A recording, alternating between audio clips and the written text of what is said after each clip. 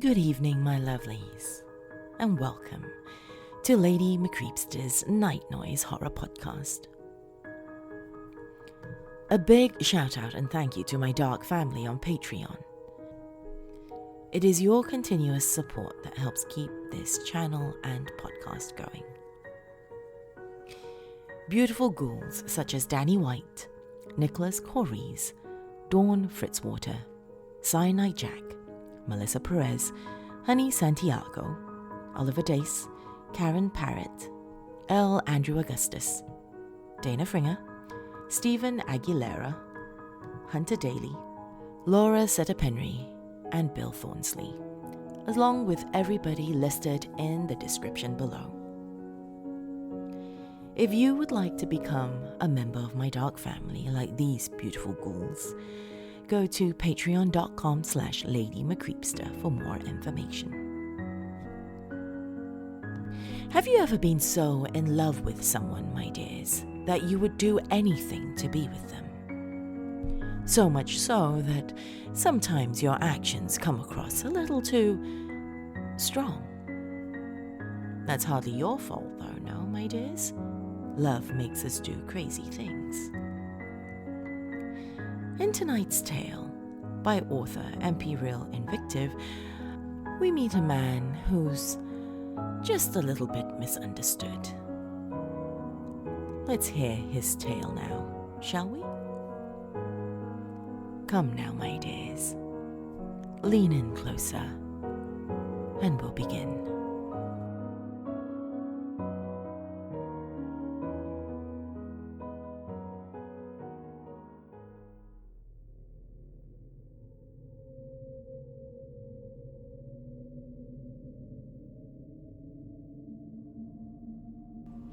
Tell me a story. She has the most beautiful eyes and that smile. God in heaven, that smile. I remember the first time I met her. I had a job on the side working at a convenience store while studying in college. The owner paid me under the table to avoid taxes. More often than not, he wasn't present at work. When he was typically sloshed. He was fond of drink. I was not. I'm no teetotaler, but there was just something discomforting about losing control. I like to be in control. The job was completely soul-crushing. I stood in a spot for 8 hours a day while people threw cigarettes, condoms, and junk food at me to ring up like I didn't exist. To them, I was merely a dispensary for their vices. Most wouldn't even look me in the eyes or even bother with a word of introduction. I hated it. I saw them as people. Why couldn't they see me as a being worthy of dignity? Not even to inquire how my day was going. She did. The second I saw her, I knew there was something about her. She smiled at me the moment she walked in and ducked into the aisles to make her purchases. Her smile suffused warmth through me. I wasn't quite the ladies' man in high school, so a smile did go a long way for me. She was gone for a few minutes, but when she re-emerged from the aisles, she had food with her. She said, "Lovely weather we've been having." In truth, I hadn't even bothered to look outside since I came in at 7, but I jumped at the opportunity to talk. "Beautiful, really." "My name's Annie." "I'm Paul." She looked at her purchases as I rang them up and said, "I've been really busy with work and everything. I don't have time to cook everything. The air freshener is because my car smells. I haven't been able to clean... Sorry, I'm rambling." I responded quickly, afraid she might stop talking. "Don't be. It's been a couple of hours since I've seen another person. Truth is, I'm kinda lonely." I paused, fearing I had overstepped my bounds. Annie looked concerned for a moment before saying, "A guy as cute looking as yourself must spend his time here chatting up his girlfriend, right?" I answered with a little bit of embarrassment. "I'm not dating anyone at the moment." She paid for her food and said quickly before leaving, "Well, maybe one day we could get together, cook a nice meal and have a little date. Bye, Paul." She left me flabbergasted before I could respond. Annie. Her name was Annie. That night, I dreamt of her. Annie. Don't think I'm some sort of weirdo. I wasn't dreaming of her sexually. I'm not a pervert. I just dreamt of her. I dreamt of her warm smile, her flowing hair, her expressive eyes. She had brightened up my day, and now she was brightening up my night. I woke up with a smile on my face and actually whistled at work. My boss noticed my upbeat attitude and slurred, "Hey, Paulie, what's going on? Typically, you're such a Debbie Downer, a pessimistic Paulie even. What's brighten up your day? Meet a girl?" I avoided eye contact, and he picked up on it. He pressed. "You did? Awesome. You give her the D?" I snapped. "It's none of your business." I could see he was a little taken back. I think it was the first time I had actually snapped at him. He raised his hands in a mock defensive gesture and said, "Hey, no offense, man. Just joshing, as you kids say." He left quickly after that, saying he was going to pick up more supplies for the shop, but I knew that he was probably going to go tie one on and pass out on his couch in the back of the convenience store. The day only went downhill from there. Annie didn't show up today. Instead, I was visited by an endless procession of idiots. Even one asshole who stood at the counter for 30 minutes buying scratch tickets and scratching them. Just when I thought he was going to leave, he won $15 on the ticket and continued to buy more. He eventually left, and I made my way home. I never felt it before, but my house felt strangely empty. The only thing I had to look forward to was the thought that I might see her tomorrow. Annie. Sweet Annie. She didn't show up the next day, but she came in the day after that. She bought some more food and proceeded to check out. I spoke first. "Hey, Annie, another busy day at work?" She looked at me for a few seconds like she didn't know me before recognition flashed across her face, and she said, "Paul, right?" I was a little offended, but I couldn't stay mad at her. She looked like an angel. Her smile ebbed away my anger. She said, "Another day, another dollar. I'm going to get fat eating unhealthy like this." I told her that was impossible. She looked stunning, and maybe I could cook a nice home-cooked meal for her one of these days. She paused for a moment before saying, "Yeah, sure, one day." She left shortly after. Annie, you are the empress of my dreams. I know I sound like such a romantic fool, but I can't help it. She inspires me.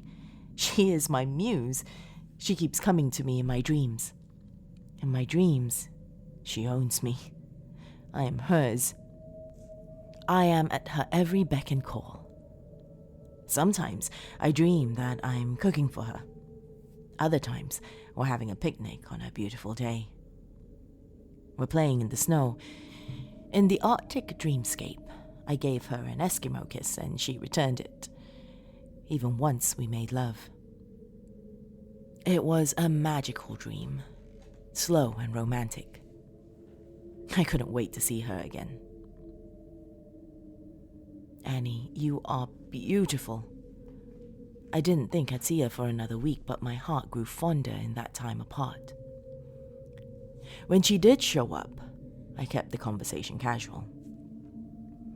I think I weirded her out a little before. I played in the safe zone and was rewarded greatly. When she reached across the counter to pay, our hands briefly touched. It could have been an accident, but it wasn't. It was intentional. When she had left, I had to sit down for a minute to catch my breath and still my beating heart. Annie, I think I love you. It was another couple of days before she came in again. This time it was in the morning. She actually surprised me coming in the morning.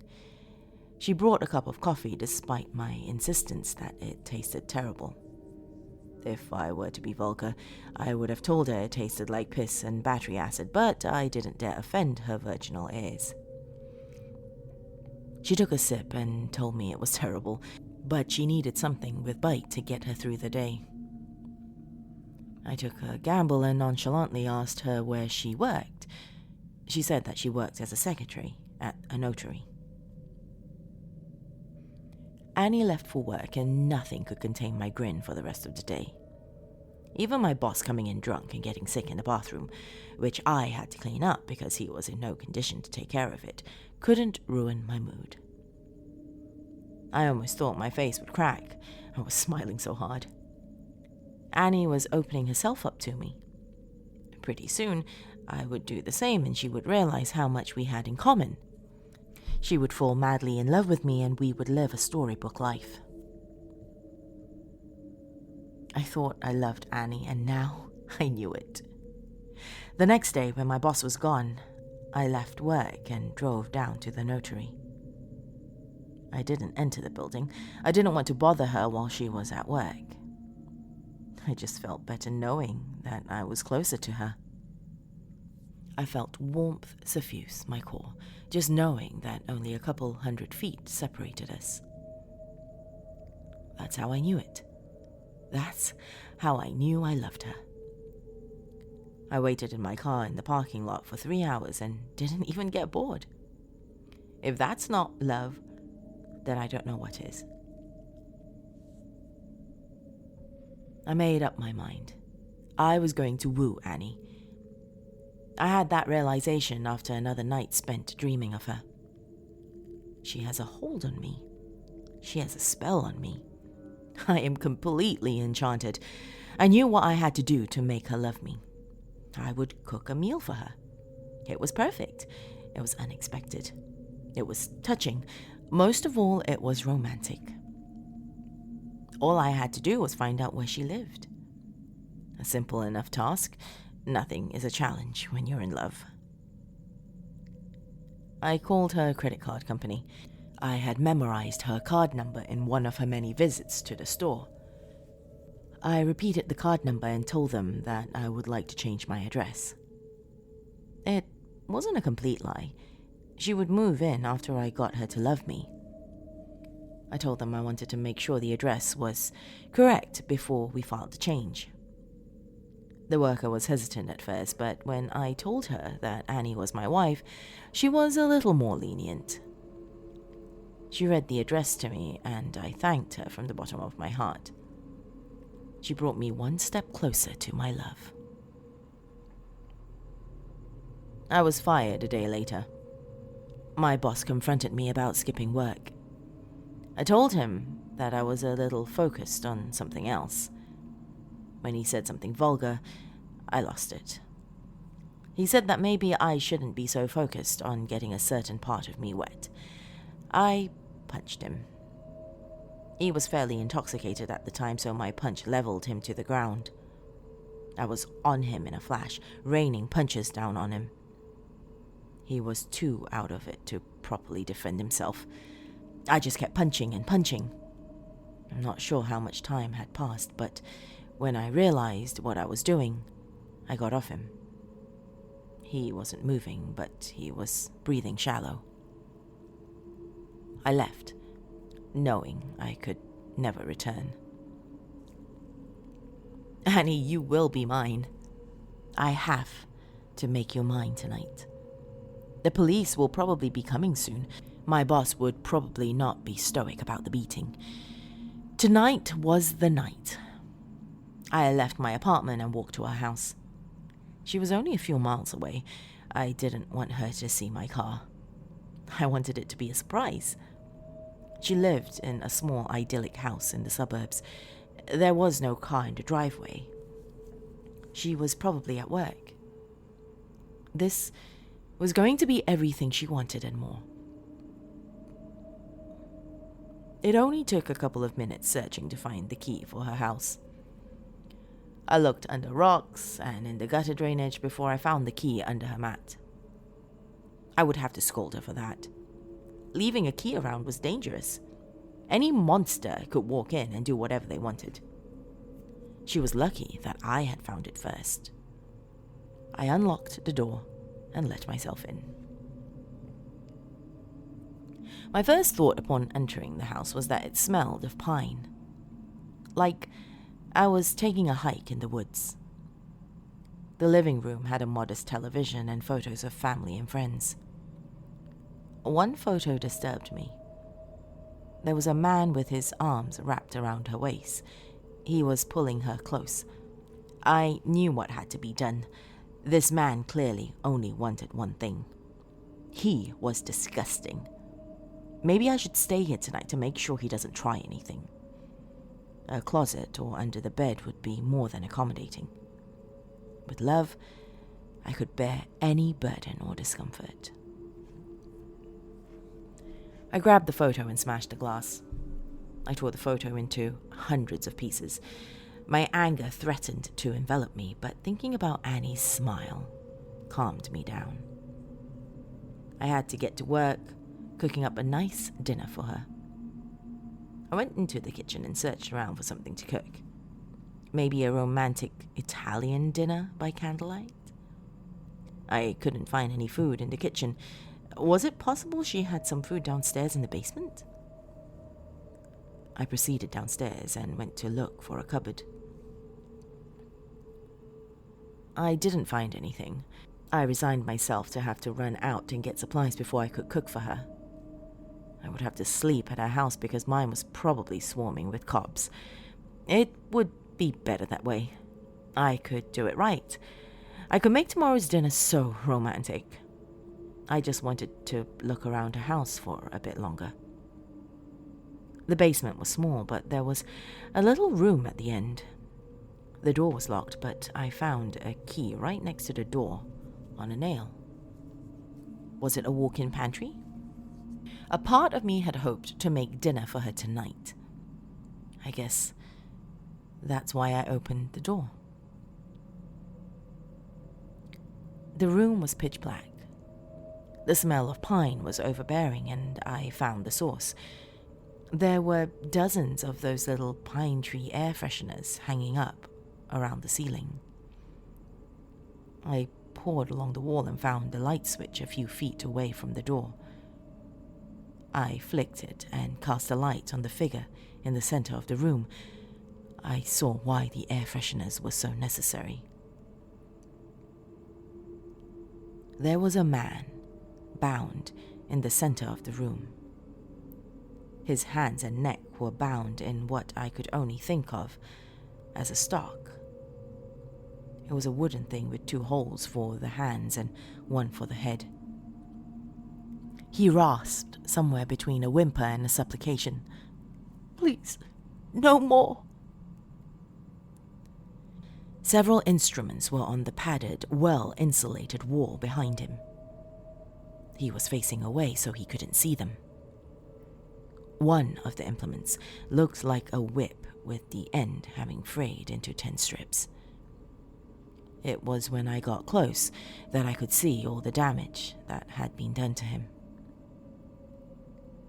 His back had been ripped to bloody shreds. All the blood had dried into a thick shell. The skin on his left hand had been peeled back and the skin hung rotting. He had small cuts and deep gouges along his legs. How long had he been here? He gasped when he saw me and said, "Please, for the love of God, you've got to help me. She's..." The sound filled my ears, and a sharp stab of what felt like fire stabbed into my back, and my muscles seized up. I collapsed on the floor. I craned my neck to look up at Annie holding a taser in her hand. The last thing I saw before losing consciousness was her face breaking into an angelic smile. When I woke up, I was in the stocks. My head was pointed to the floor, pointed at a large puddle of blood. There were bloody drag marks leading out of the room. She was nowhere to be seen. I was pretty sure I never wanted to see her again. She wasn't an angel, she was a demon. I can see everything with clarity now. At first, I had stalked her, wanting to get closer to her. Now she had me stalked.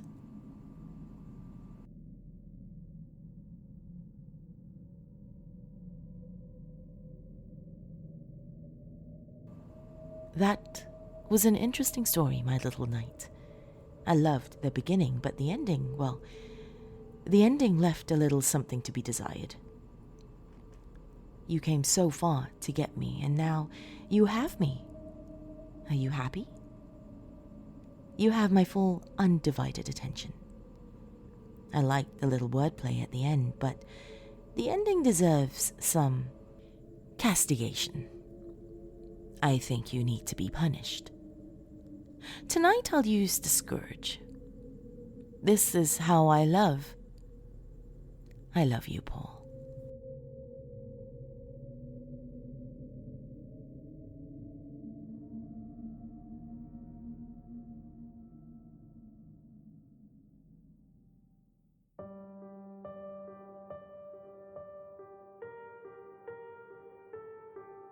It's a beautiful thing when your crush loves you back. If you enjoyed this tale, my dears, and are watching this on YouTube, do leave me a comment below. And be sure to give this video a like. If you're listening on the podcast and would like to reach out to me, follow me on social media. I am Lady McCreepster on Facebook, Twitter, and also Instagram. If you have a tale that you'd like to submit for this podcast and YouTube channel, send it to me at lady.mccreepster@gmail.com.